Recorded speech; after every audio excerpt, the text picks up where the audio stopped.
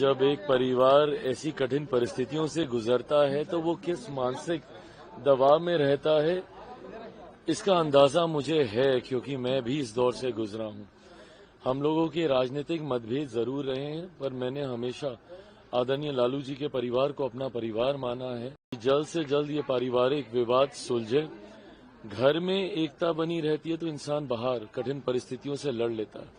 But आज की तारीख में उनकी पार्टी जिस दौर से गुजर रही है और उसके बाद घर में ऐसी कला, मैं समझ सकता हूं कि परिवार काफी कठिन परिस्थितियों से गुजर रहा होगा। जब एक परिवार ऐसी कठिन परिस्थितियों से गुजरता है तो वो किस मानसिक दबाव में रहता है, इसका अंदाजा मुझे है, क्योंकि मैं भी इस दौर से गुजरा हूं। हम लोगों के राजनीतिक मतभेद जरूर रहे हैं, पर मैंने हमेशा आदरणीय लालू जी के परिवार को अपना परिवार माना है। मैंने हमेशा तेजस्वी हों, तेज हों, मीसा दी हों, रोहिणी जी हों, सबको मैंने अपने भाई बहन ही माना है। ऐसे में बस मैं सिर्फ इतनी प्रार्थना करता हूं कि जल्द से जल्द ये पारिवारिक विवाद सुलझे।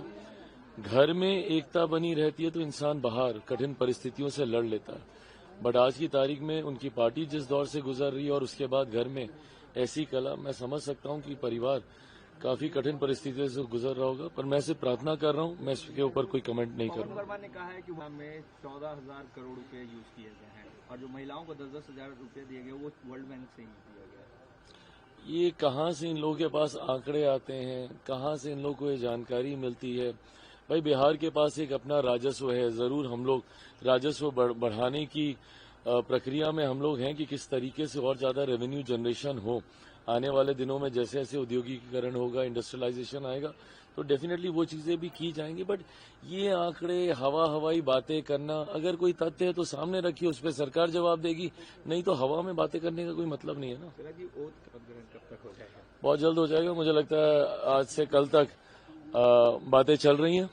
एंड आई थिंक सरकार की रूपरेखा कैसी होगी उसके ऊपर सेंस ऑफ क्लैरिटी आ जाएगा। आज देर रात तक संभवतः मेरी भी कुछ केंद्रीय वरिष्ठ नेताओं से मुलाकात, बातचीत होगी और मुझे लगता है कि आज कल तक रूपरेखा तैयार हो जाएगी। 22 से पहले तो सरकार बनानी है, तो हो जाएगा। प्रधानमंत्री मोदी ने कहा है सीटें एनडीए की बिहार में आई है, उतनी सीटें तो कांग्रेस की 5-6 स्टेट्स मिला के। खैर, अब ऐसी बातों पे कोई टिप्पणी करने का मतलब नहीं है। जनादेश सबके सामने है, सबको पता है कि जनता ने किसको कैसे कितनी मजबूती से चुना।